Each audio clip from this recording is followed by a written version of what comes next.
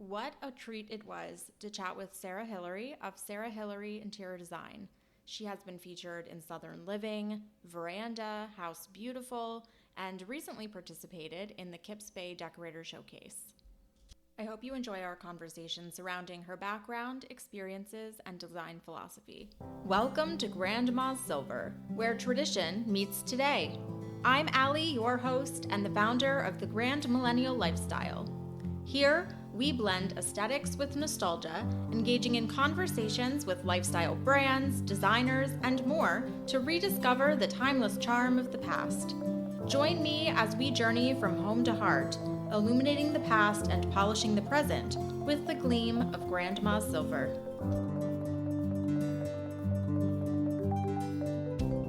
Hello, Sara. Thanks for being here.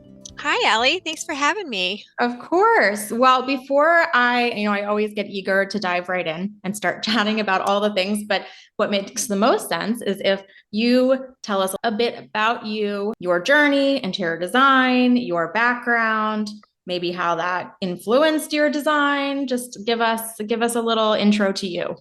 Let's see. I have always been artistic, quite honestly. I've always loved art. It's been a medium that I've played with it since I was a little girl.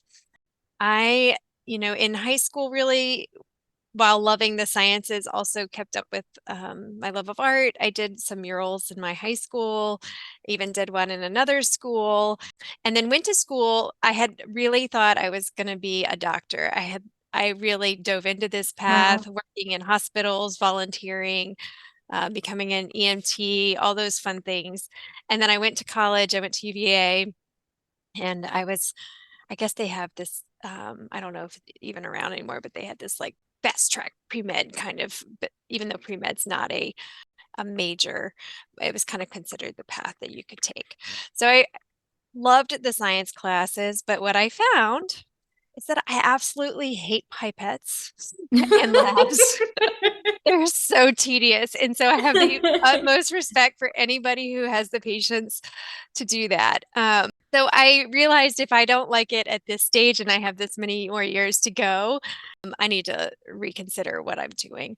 And so I started kind of doing a little deep dive on like what I might like. And I was taking art classes anyway, just as my fun elective, and decided to dive into that and history, and ended up switching to an art major, which is, I think, highly influential in where I ended up. And, as I was trying to figure out where that art major was going to take me, I actually give credit to my parents, but mostly my dad, who always loved drawing buildings and suggested, why don't you look at interior design? I think this was like a request out of like fear that I would be living under their roof forever. And he was like, how do I like turn this into a paying job?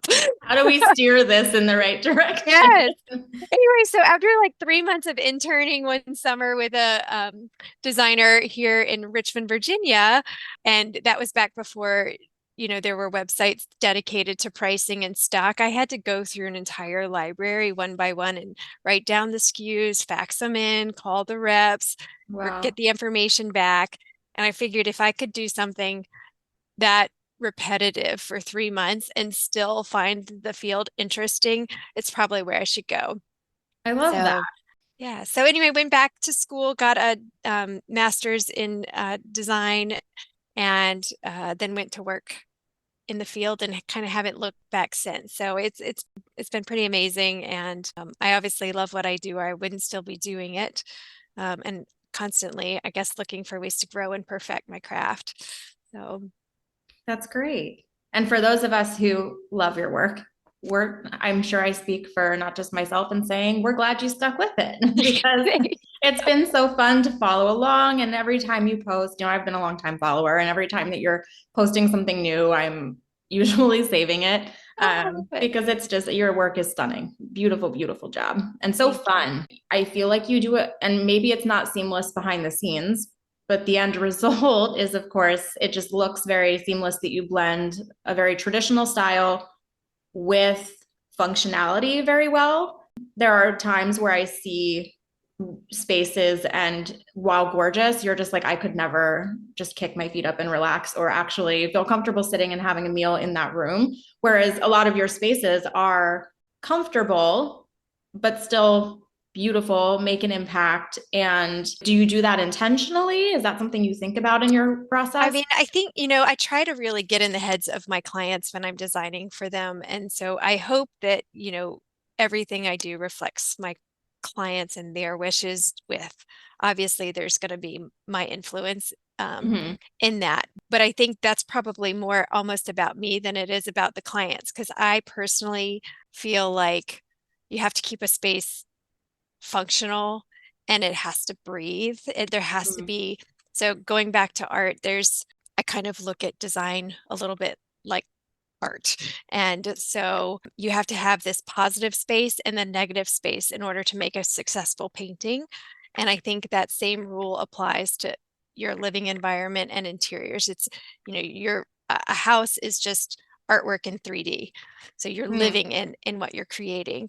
I don't overly clutter things to the best of my ability. My house is probably more cluttered than my clients' homes for the most part, just because I'm a hoarder of sorts, or a collector. We're going to say A collector. collector. There we go. Me too. Um, but I think if you fill every horizontal surface and overly fill a floor plan, there's not this room for the creative. You think about designing a room for a family that has little children, and I was recently talking to a client and I said, how much space do we need for floor play? You have to create these opportunities for something other than exactly how it's been designed. So if Right. you're designing a place to sit, well, you're going to have moments where you're going to stand, or the crowd might be bigger than that. So you might need pillows to sit on the floor. You just never know what you're designing for. And so you have to keep that negative space to allow for the flexibility of life that changes. It's visible in the space. It's like you can see how you could use that space in other ways. Whereas sometimes when you see just the picture of someone's end result, it sort of is like, okay, this feels very, I don't know if stuffy is always the right word. Yeah, I think if I had to summarize, design philosophy, it would probably be keep it real. It's Yeah. just I mean, if it's keeping it real means getting the function right, giving it an approachable and livable environment so that people want to really use it on a daily basis, because your home is a workhorse of sorts. It has to be a safe haven. It has to be a busy, bustling place for entertaining, or the kitchen. Just being practical is really, for me, probably the main driver in all of my designs. And so you kind of get your parts and pieces in place to make it practical, make it livable. And then you start applying what I would call is the fun stuff, the part that inspires and kind of elevates your environment. But starting with function is kind of always been ingrained in me in school. And I think it's kind of stayed with me throughout my process. When you are working with a new client, I mean, maybe not even a new client, it could be an existing client, but when you're working on a new space or a new project, are there certain things outside of that function that you tend to come back to and try to encourage people to think about? You suggest to a lot of people? What does that look like? Every designer has their thing that really drives them. For me, I absolutely love interior architecture. It like is so I kind of work tirelessly to get the envelope of a space correct. So when you talk about something beyond the function, that's a decorative element in many ways, but it makes a huge impact because I'm not just there to say, oh, you want to sit down, so I'm going to give you a chair. Right. My goal is, how can I make this more than what you're asking for? How do I make it flexible? How do I make it more than you could have imagined? And then at the end of the day, how do I also make your everyday experience more uplifting? How do I make it so that your favorite place to be is your own home? In that way, I use architecture, I use color, I use fabric, outside of just those functional pieces they're asking for, to really create a space that somebody loves and they want to be in. And I think if they love it that much, that is timeless for that family. And so I draw on my experiences, my impressions. I do a deep dive. I ask my clients a bunch of questions. I give them homework. This is, the beginning of any relationship takes work. It's kind of what I tell them. Yeah. And so I try to get as much information out of them as I can. Like, where's your favorite place to be? What inspires you? How do you want to feel? What music do you listen to? What's your routine? All of these things are important so that I can use touch and sight to really enhance that space beyond I want a place to sit. You're a mom. Mm-hmm. So did you notice that your approach or like the way that you viewed your clients' spaces or livability or usability changed from pre-kid Sarah to mom Sarah? Yes, I've always been pretty practical. So I've always wanted things that are very livable. I think what I have realized and come to terms with as I've had children and pets is that you also have to have, I tell clients, you have to be able to invest in this and feel like you can live in it because somebody's going to get a bug and they're going to throw up on that rug, That's so true. or somebody's going to have a little too much wine and spill it, Yep. or a bird is going to get in your house and you're going to have to shoo it out, and goodness knows what happens in that process. I mean, these are things that have happened in my life, and Mhm.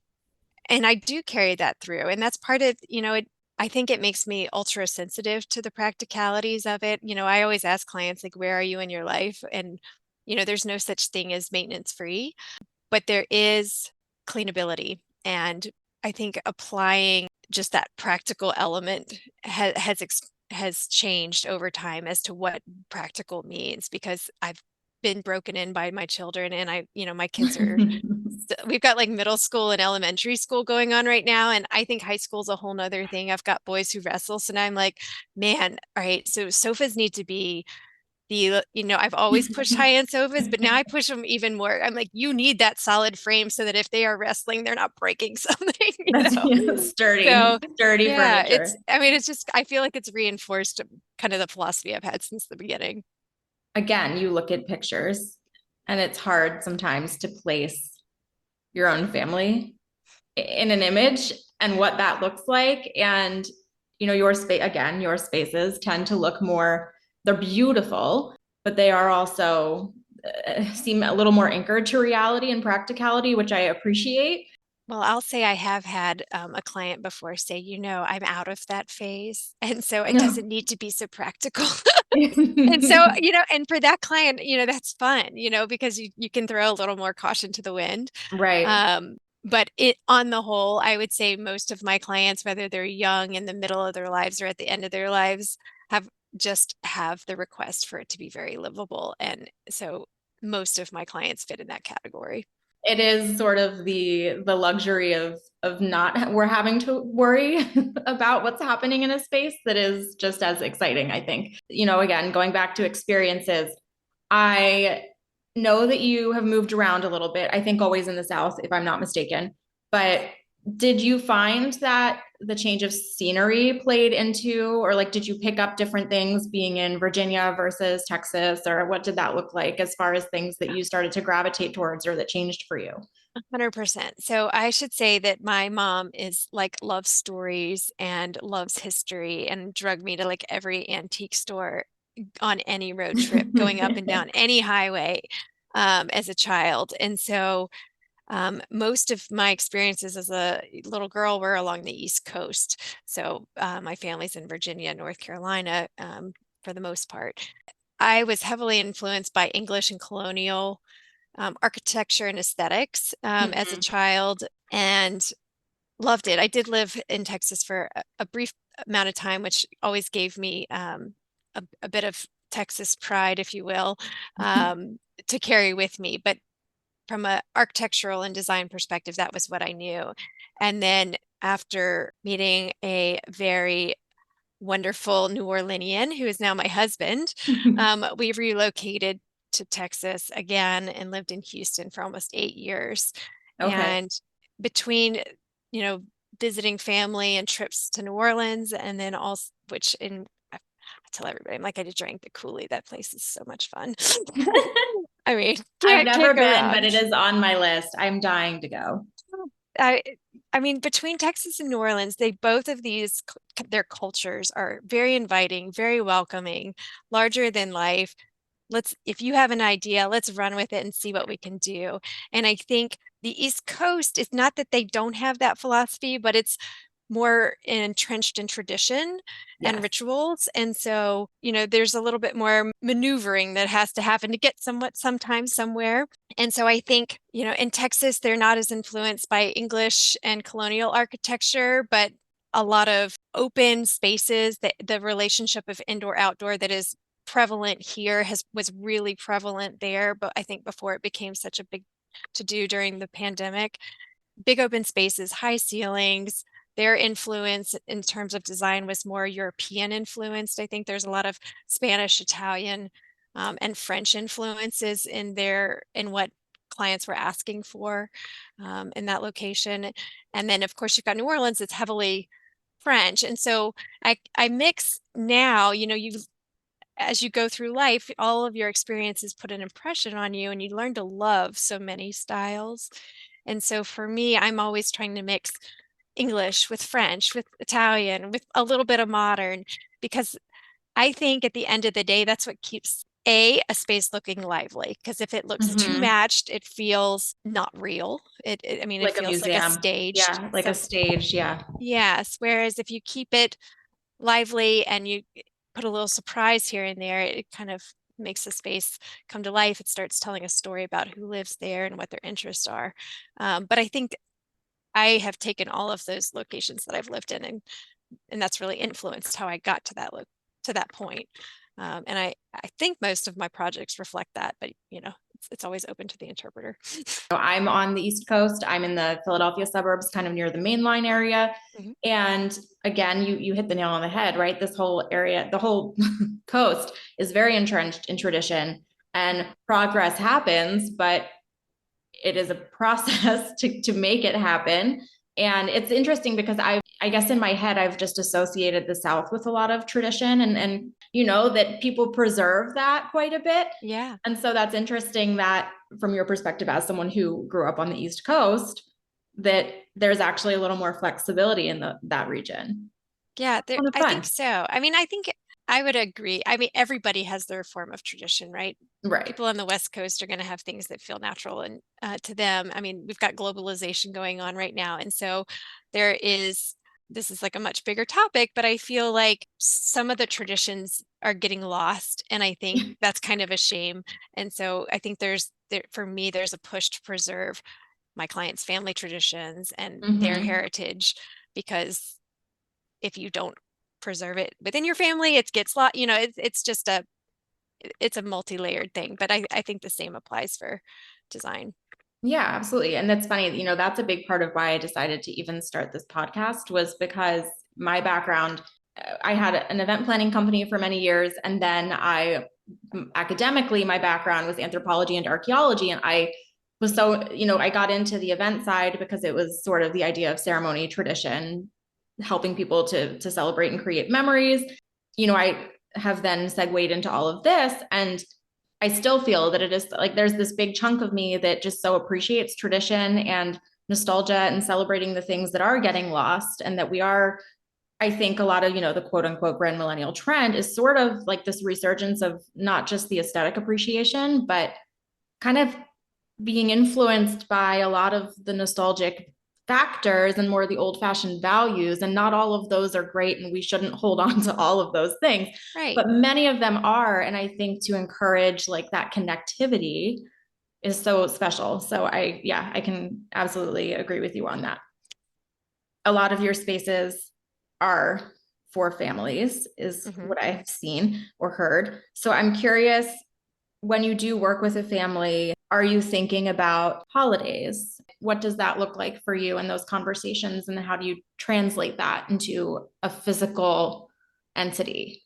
Sure. So I think it starts at the beginning when there's that homework period between getting to know each other, and Right. both of us just sort of asking questions, and mostly me asking a lot of questions and pulling as much information as I can out. But it starts with how do you like to entertain? And what are the major events that this house needs to hold outside of your, nucleus family? No matter what religion they are, there's usually something that they say, and some gathering that's important to them. And so for me, in designing, I have to make sure that if they are a family, let's say they're a family of four, but they host the big holiday event that seats 30, Mm-hmm. then we make sure that house can accommodate 30. And we talk about it as we're planning the spaces. How's it going to be set up? If the dining room doesn't host 30, how are we going to split it up so that it still feels right and will allow you to do what you need? And then if it's something like Christmas, we ask about, where do you put your tree? Do you like, which room do you like it? Or which rooms? I have some clients that have so many trees. um, and and making sure that we have outlets where they need to go. There's a space in the room dedicated for that. And it doesn't mean that it's empty all year round, but it's a Right. piece that can be moved, and we plan for where that piece can be moved to. I have some clients who want to switch up their whole, furniture layout based off a holiday, switching rooms, I've been etc. there. I've been there. And yeah, which, I think that's kind of fun and exciting if they're willing to do the work to do it. You just, plan for that, and it all works out. But that's how you build in those traditions and lifestyle events into their space. And that's so special for them and for you to be able to go into a space and to encourage the tradition of tradition, essentially. Yeah. I have a very tiny little house, a 1940s colonial that I love, but my husband laughs. I have a problem with Christmas. And I'm we in the have a same lot boat more with you. trees than this house should probably have.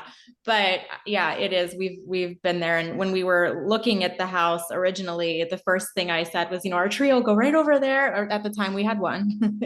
And the tree will go right over there. And it's just something to think about. I think too is special when you can find a space. I don't know how many new builds you work with, and that's a question, right? How many new builds versus folks who are established in a home and then are bringing you in. But I think that's part of when maybe that a house is meant to be for you, because you walk in and you can see yourself in it. And I just remember the adrenaline rush that I got when I started realizing I was talking about Christmas and birthday parties and, all those things. And this is where we'll plant the garden and the backyard and, seeing yourself there. Yeah, I agree. I think hopefully you're buying a house for more than, if you like the house and you're not tearing it down, you're buying something because you have a connection to it. Yeah. And then, or, if somebody's buying a house to tear down, then there's a connection to the land or the location. And then you start designing to build that connection. Do you find yourself working more with folks who are bringing you in on a brand new project and they want your help figuring out what happens with it? Or do you find that people are bringing you more in at a house they're already in and want to either renovate or update? I think it depends. I would say maybe 30% of our projects are just decorative and Okay. kind of taking a shell and reinventing it. Usually that there's a little bit of work that has to be done. It's not just placing stuff in it, probably because of my architectural obsession. But but I would say we do a lot of additions and renovations right now. I've got actually only one new construction job going at this particular moment. The rest are existing homes with renovation that we've worked with architects, et cetera, to design and execute. That would be such a fun process to see, but Well, it it's is just, fun. And then there's like, there's, I mean, this is my geeking world, but I'm like, oh, okay, we're going to take this house. Like we did a house here in Richmond that was an old cape, and I worked with an architect to develop something that they wanted to sort of honor the past, but move to the future. And okay. so there's this very modern addition that got tied into this very traditional little cape house. And I think the architect did an amazing job working on the structure of that. And then we took the interior and told the same story. So, Oh, how there's, fun. sometimes you're matching the architecture throughout, and sometimes you're trying to tell the story of past to present. And it's just a fun adventure to go down with anyone. Are you finding too that being in Richmond, and I'm I'm basing this off very limited knowledge of the area, but are you finding that there are a lot of, I'm guessing there's many old houses there, so that you're probably running into a lot of that, right? Where it's not tons of new builds, where you are working with older, which probably appeals to you as someone with Yeah. an architecture background. But what does that look like regionally? Not regionally, but I would say, maybe well, regionally, because it's Virginia is regionally, historic. and it's also, I think it's also a function of cost, inflationary Yeah. costs too. In order to do new construction in this area, you've either got to go further outside of the city, and most of our clients don't appreciate that commute, or it's a second home or something along those lines, or someone's got the funds to completely tear down they've bought it and they're going to tear it down and then build a new one. And that's not for everybody. And so I think that the client is usually more interested in how they can take what they have and add to it initially, and then they explore it. And if it's sometimes, depending on what they want to do to a house, it might be cost prohibitive to add on. It might be better just to Yeah. take it down and start over. But that's usually the driving factor. And I think, the inflationary cost in our industry have really driven that mentality, because before the pandemic, we did a lot more new construction. That's fair. I feel like we're seeing that in our area too. It's even tricky for people to move right now. So Yes, it is. there's a lot But going on. if it's a People are great getting gem, creative. it's So, like, okay, awesome. We're not going to tear down this. We can highlight the right. features, and sometimes you get a house that like somebody started to construct correctly, and then there's like the rest of it's like, okay, they just like cheaply finished it or something along Yeah, those lines, and you get that opportunity to do it right and make it what it should have been, and that's really awesome. that is fun. That is great. One thing that most people who are listening will have seen is that you participated in Kips Bay. For those who have no idea what I'm talking about at all, just kind of explain that and share what your experience was like participating in that. Sure. So Kips Bay has been around for many years. They started in New York as a organization, a nonprofit organization that helped children and families in need.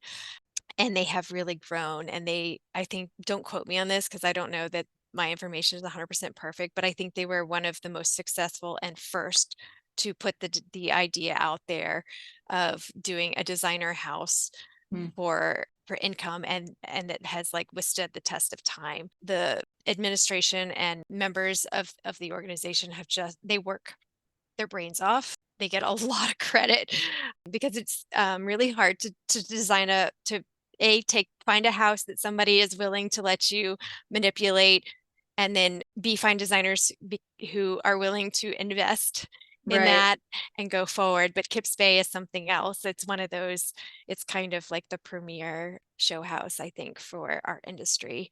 You got to Yeah, who participate. doesn't? I mean, it's on most designers' wish lists. It's a goal. So Well, for it was those an who amazing follow experience. design, like myself and so many others, it's fun to look forward to. And when we see the announcements, right, of like who the designers will be, and it's just this, it's become a whole experience.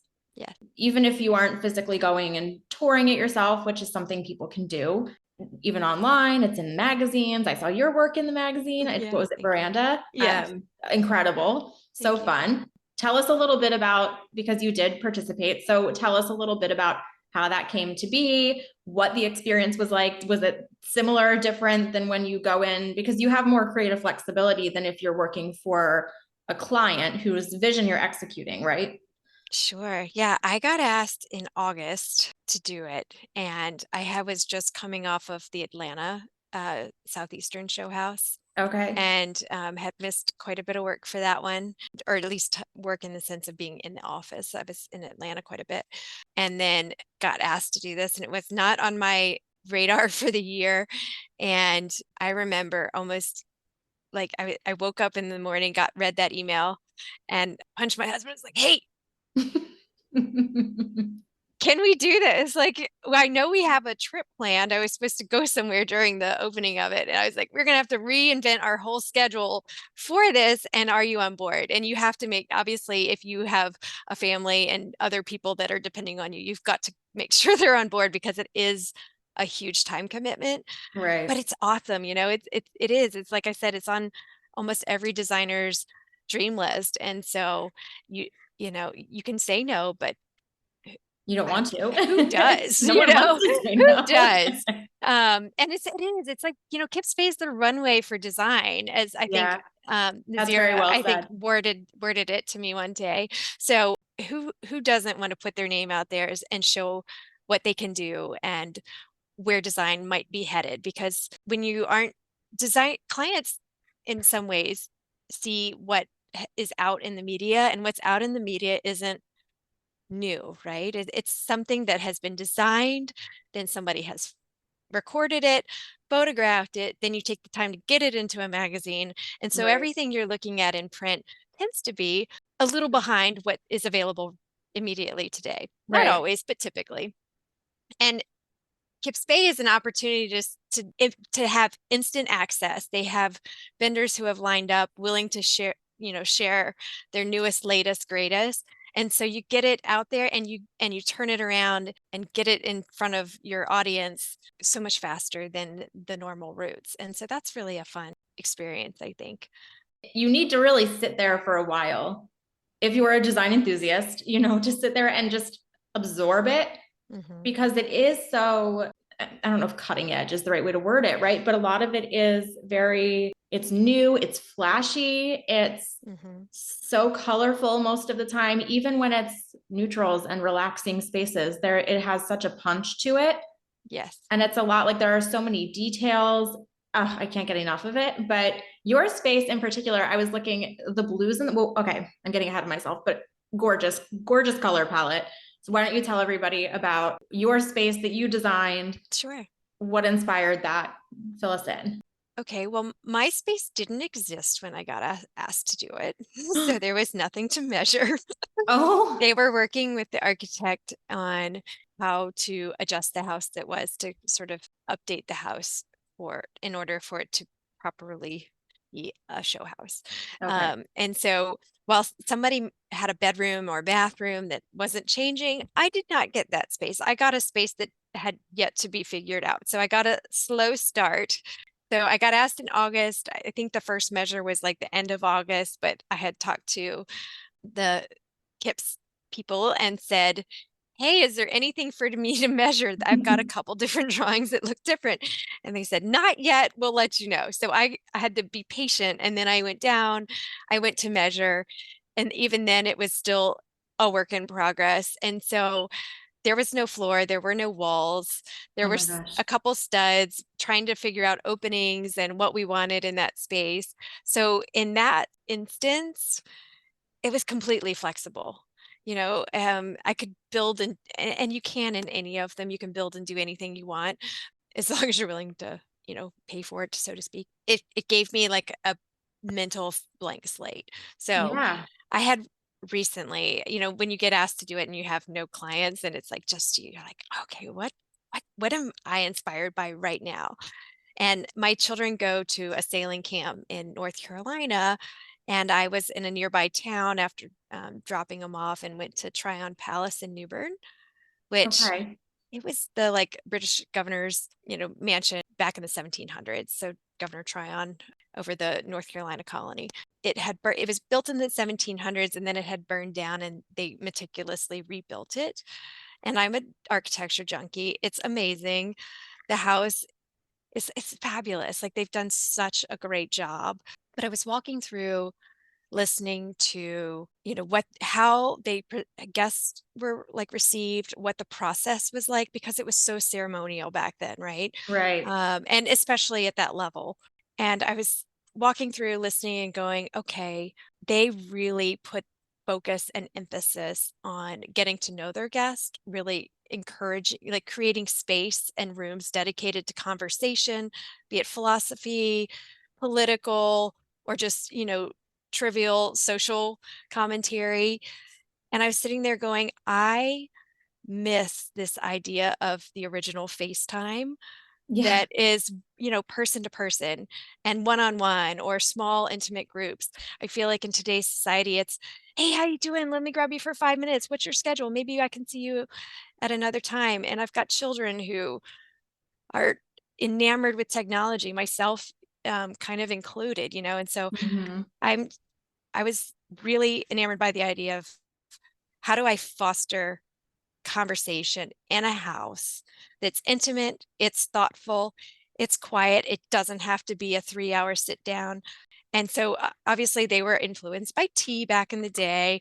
And so I really kind of took that idea of what life was like in the 1700s. It sounds so antiquated, but tried to I pull love it pieces though. out I'm a that history buff who that I loves could bring design, so you're forward. speaking my love language. Yes. And so I was like, I had a hallway. That's what I got assigned.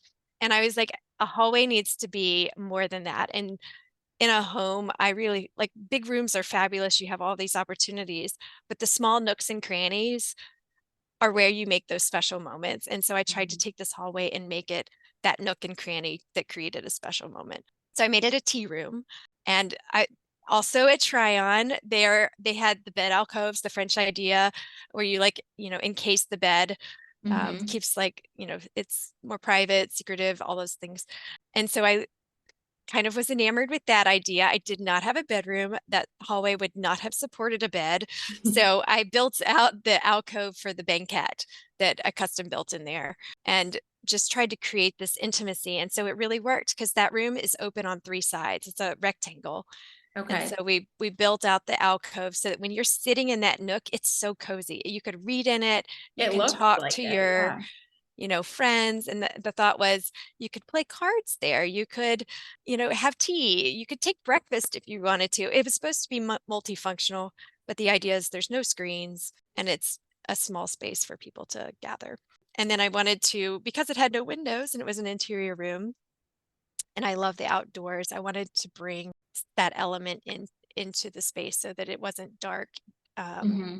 and it needed to be cozy, which is why we used the beautiful European flooring for the walls, the oak, used natural stones for the floor, something that was durable, again, still thinking practical the whole way.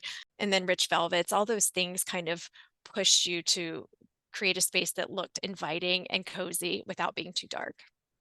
It was, well, it is stunning. I wish I was there to see it in person, but it's just from the, excuse me, the pictures I've seen. The color palette, everything about it is just, like you said, cozy, inviting, rich. It is also brilliant that you were able to take a space that is traditionally a pass through and make more use of it. That's something many of us could probably be doing in our own spaces, Absolutely. and just turning those, getting more living space out of it rather than just using it as a hallway. Yeah. And I loved the idea, you hit on something so important. The concept and tradition. We're going back to our very beginning of our conversation, right? Of sitting and just engaging and interacting and giving people our time. And there is nothing more valuable than that right now. And even when we go out with people anymore, it's rare that we actually just sit, don't have our phones in our hands, don't require entertainment, and just connect. And what a beautiful way to encourage that in a space that you were able to put together. So for people who haven't seen it, go look at it because it's beautiful. You are a busy mother, you are very successful in your career. Talk to us about balance, if if balance is even a word we could use. But what does that look like for you, for women who might be trying to do a little bit of what you're doing, right? Have a family and career. Well, I'm going to start out by talking about I was recently listening to someone, and I was in a position where somebody I was with asked the question of how do you balance work life, or everybody's trying to achieve this work life balance, and how do you Right. get to it? They posed that question, and someone answered and just laughed and said there is no such thing as work life balance. It's a myth. And if you want it, you need to work for it, and it takes a lot of work. And I think that's the answer. Yeah. So I'm organized. I I let's say I try to be organized. I keep a calendar that, separates work from personal. I make sure that if I'm, going to a kid's practice or something along those lines, I bring work with me to like, try to make the most of that time. Right. But there's no such thing as work-life balance. I work almost every weekend, to be honest with you, but that Mm-hmm. doesn't mean I don't take breaks to be present with my family during, I want, as a working mother, I want to be there for special moments in my family's life, and you just have to make time for the things that are important for you. And it may mean that it's not a traditional schedule in the 9 to 5 sense, but it works for me. And I think anybody who is looking to do something they love has to figure out what works best for them and then just work that path. Well, first of all, it takes a team. And Yeah. Oh, I mean, 100%. If I couldn't do it's anything like without my it's team. a it's a village, maybe even a city. But yeah, I think just as women, there's a lot that you still kind of need to like pick a lane, and then we shame each other when we're not like 150% in one or the other. Like you're a mom, or you work, or you're like a feminist, or you're not. There's just so many labels that get mixed into all of this. And it's like, no, you can do both and you can be successful at both. But yeah, the balance is tricky. Well, I think you look at our industry as a whole too, and you think, oh man, their life must be like, and I can say honestly, when I first started out in this and looked at designers who are contemporaries now, it's just what I thought their life was like is nothing like reality. They have Yeah. all worked and continue to work to be where they are. You have to build in breaks for yourself. If you go too hard at anything, you're going to burn out and or Mm-hmm. crack or something. But I think to think that something has magically happened for anyone is very naive. And Right. there is, you have to take a deep look inside yourself and say, what can I live with and what can I not live with, and not be afraid to say no, because every no is another opportunity for a yes, and just keep going with the confidence that it all works out the way it's supposed to if you are willing to put the work in. Something that I dealt with in event planning, right, is people see the end result and wearing a heel and walking around smiling, and therefore your job must be very glamorous.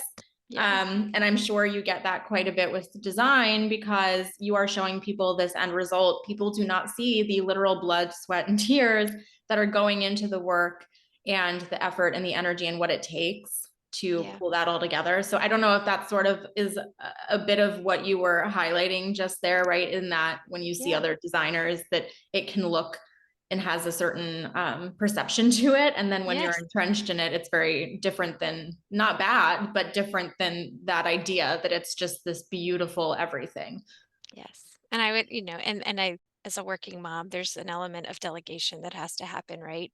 You have Mm-hmm. to you look at what you can and can't do. And if it's not your strength, or if someone can do it better, you have to hire and find somebody who can help you, achieve the end goal. And so, going back to the comment of it takes a village, in my personal life, I have an amazing husband who supports everything. And then we have a series of sitters and things like that that we pull in to help, and friends and networking. And then in work, I have a team of 7 people under me that I couldn't do any of it without. I'd be able to turn out a quarter of the work, and Right. it has allowed me to specialize, which is kind of the key in life. If you keep going in something you love, then you get to do more and more of it, hopefully. Understanding you're in a very touristy area, and there's a lot of history and, Hmm. just like you said, tradition and a lot of customs and all sorts of fun things. From your experience, for anybody who is in the area or who is traveling to the area, we're getting into a big travel season. Yeah. Do you have any recommendations or things that you enjoy that you would, or that you do tell people to do when they visit? From a tradition and historical standpoint, I mean, Richmond is flush with opportunities, and so there's something for everyone. I'm going to start with art first. I mean, I love museums, can't go Yeah. wrong. We have an amazing art, the Virginia Museum of Art is here. And then I am a big outdoors person. I love architecture and buildings, and I will go in them as much as I can. But usually, from a historical standpoint, I love just walking, and we've got, the canal, and we've got the river, and there's Maymont Park is probably my most favorite Richmond landmark. We have the Dooley Mansion that's there that you can tour. There's the grounds. They have animals. So if you've got children, there's something for them and something for you. And they talk about what life was like back when the Dooleys lived there. And I would recommend that. And then there's just, there's parks galore. Richmond is so amazing. We've got 2 hours to the mountains, 2 hours to the beach. It's such a Hmm. great location for family living travel. I can't not throw a shout out to Williamsburg. That's like a whole 45 minutes away from Richmond to Yeah. go and experience a living museum that's such a important and critical part of American history. I just feel like we are just so blessed in this area, and it's just, yes, it's history rich, and Yeah. there's so many things to do here. There's festivals like almost every weekend in the spring. It's just amazing. Going back to tradition, and I know your kids are getting a little bit older, you mentioned. Do you have any of your own traditions that you have really grown to love or look forward to? I do, and I will say that it is ever changing based off, in terms of being real. Our kids are heavily entrenched in activities and sports, and so it throws a Hmm. kink sometimes, and we have to get creative. One of the traditions that I adopted is the Good Friday Easter boil, the crawfish boil, and we Okay. did an event every Good Friday, whether it was here or with my husband's family. It's very casual. It's outside. There's music playing, and it's friends and family. Did a little Easter egg hunt for the kids. That's so That's fun. something that I would say is a tradition that we enjoy. And then obviously at the holidays we do events based off that. Thanksgiving's probably my all-time favorite. I don't host it because it's something that my mom cherishes, but it's a relaxed way for everybody to get together in a no pressure, no gifts. You just go and really appreciate the people that are in your little tight knit group. I love Thanksgiving too. There's But something but I about yeah, it. I Yeah, mean, there's like, like a magic to Thanksgiving. there There is. is. But those are traditions that, and I think the spirit, if you don't make those traditions and family gatherings magical in some elements for your children and keep that going, and even as they grow and mature, I think it gets lost. And so, I'm constantly trying to think of ways to create magic in family gatherings that hopefully will stick with them, and that they might carry forward one day. That's beautiful. I love that. Perfect. Well, do you have any closing thoughts or anything that you wanted to share? Anything upcoming or anything that you want people to take a peek at?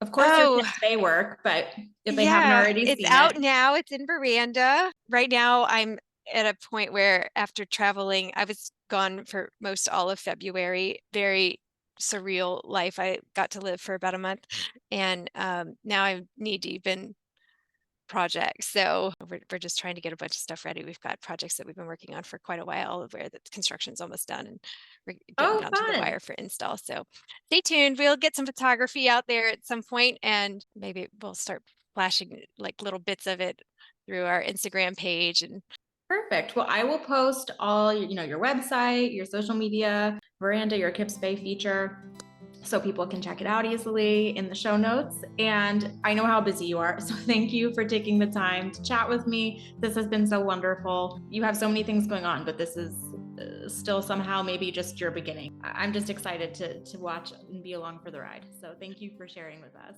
well, thanks for having me. I really appreciate it. And yeah, hopefully we have more to come that is exciting. We've got a few irons in the fire, but thank you so much.